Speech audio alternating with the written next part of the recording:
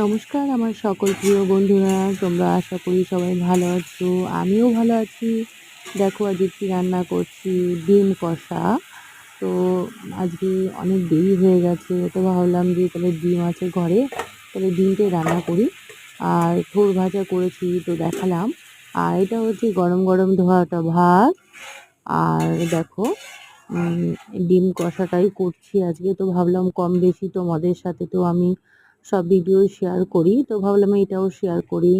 আর তোমরা কে কে ডিম কষা খেতে ভালোবাসো একটু কমেন্ট করে জানিও প্লিজ। আর তোমরা আমার পাশে থেকো, একটু সাবস্ক্রাইব একটু লাইক করে দিও, কারণ তোমরা পাশে না থাকলে তো আমি এগোতে পারবো না না। তো দেখো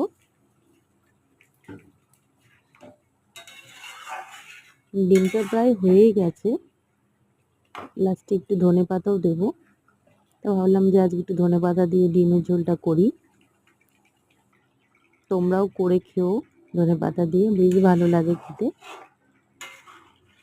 দেখো, তো আজকের ভিডিওটা আমি এই পর্যন্তই রাখলাম। তোমাদের সাথে আবার দেখা হবে পরের ভিডিওতে। তোমরা সবাই সুস্থ থেকো, টাটা।